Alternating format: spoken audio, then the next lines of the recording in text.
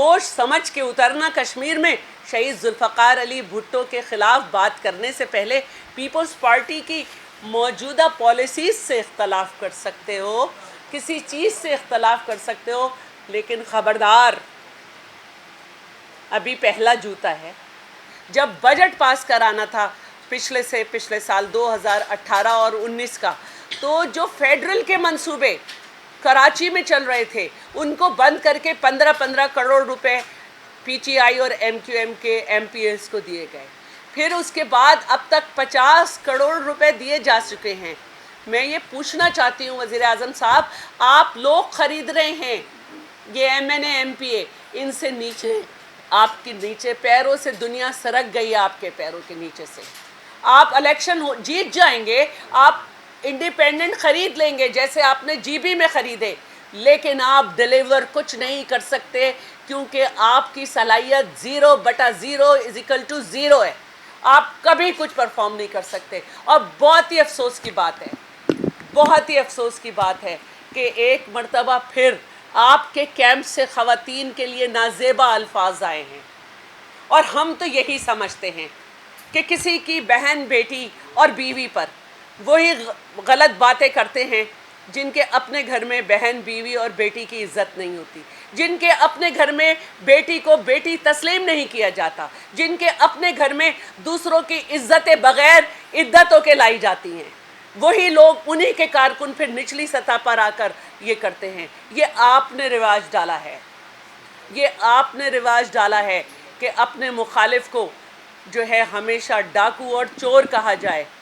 और मैं यही आपसे कहूँगी कि पाकिस्तान की सियासत में जो इखलाकी कदरें रह गई हैं उनको रहने दिया जाए, उनको रहने दिया जाए। नवाज़ शरीफ से हमारी लाखों मुखालफतें हैं, लेकिन उनकी साहबजादी की वही हैसियत है आसिफ अली जरदारी की नज़र में जो उनकी अपनी साहबजादियों की है। उनके घर की ख़वातीन की इतनी ही इज़्ज़त है और हमें आपके घर की ख़वातीन की भी इज़्ज़त है, लेकिन हमें मजबूर ना करें कि हमें ये कहना पड़े कि अपनी बेटी को तो अपना लें। यकीनन आपको, आपके लोग इसीलिए दूसरों की बेटियों पे आवाज़ें उछाल रहे हैं। आप तो समझते ही नहीं सियासत को। आप जाते हैं अमेरिका, वाइट हाउस की राहदारियों में घूमते हैं और कहते हैं मैं वर्ल्ड कप ले आया, और कश्मीर और पाकिस्तान के दरमियान, कश्मीर का जो तनाज़ा है भारत और पाकिस्तान के दरमियान, ये ट्रम्प पॉलिसी करेगा, ये ट्रम्प पॉलिसी नहीं करेगा। आपको शहीद जुल्फ़िकार अली भुट्टो की तरह बनना होगा और सोचना होगा कि किस तरह से एक मुल्क का वज़ीर आज़म सिर्फ गार्डन में टहलते हुए वहाँ की माई वज़ीर आज़म से 96,000 जंगी कैदी वापस ले लेता है, किस तरह से अपना 5.5 किलोमीटर का रकबा वापस ले लेता है। आप जो हैं वो टहलते में कह रहे हैं कि मैंने वर्ल्ड कप जीत लिया। आपने सिर्फ एक ही काम किया जो मुशर्रफ की कोशिश थी, जो मुशर्रफ के ज़माने में जो है वो कोशिश की गई थी, और ये इस बात पे राज़ी किया जा रहा था कि मकबूजा कश्मीर भारत के हवाले और आज़ाद कश्मीर पाकिस्तान के हवाले, लेकिन मुशर्रफ नहीं कर सका था। आपके दौर में ये हुआ। हमारे मुल्क में जो नाम नेहाद पॉलिटिकल पार्टी बनाकर फिर उसको इस हद तक पहुंचा देते हैं कि एक वज़ीर आज़म, उसको सेलेक्टेड का लक़ब मिलता है और उसका टोला बिल्कुल उसी तरह तारीख़ से नाबलद है, उसी तरह जाहिल है जिस तरह से जो है उनका लीडर है।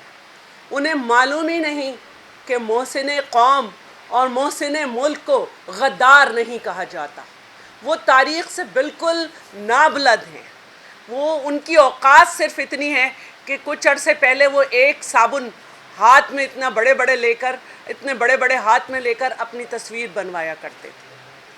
क्या आपको एहसास है कि आपका रवैया क्या है? आप सिंध हुकूमत को सिर्फ निशाना बनाते हुए ये भूल जाते हैं कि यहाँ अवाम रहती है। सिर्फ 2 लाख वैक्सीन, सिर्फ 2 लाख।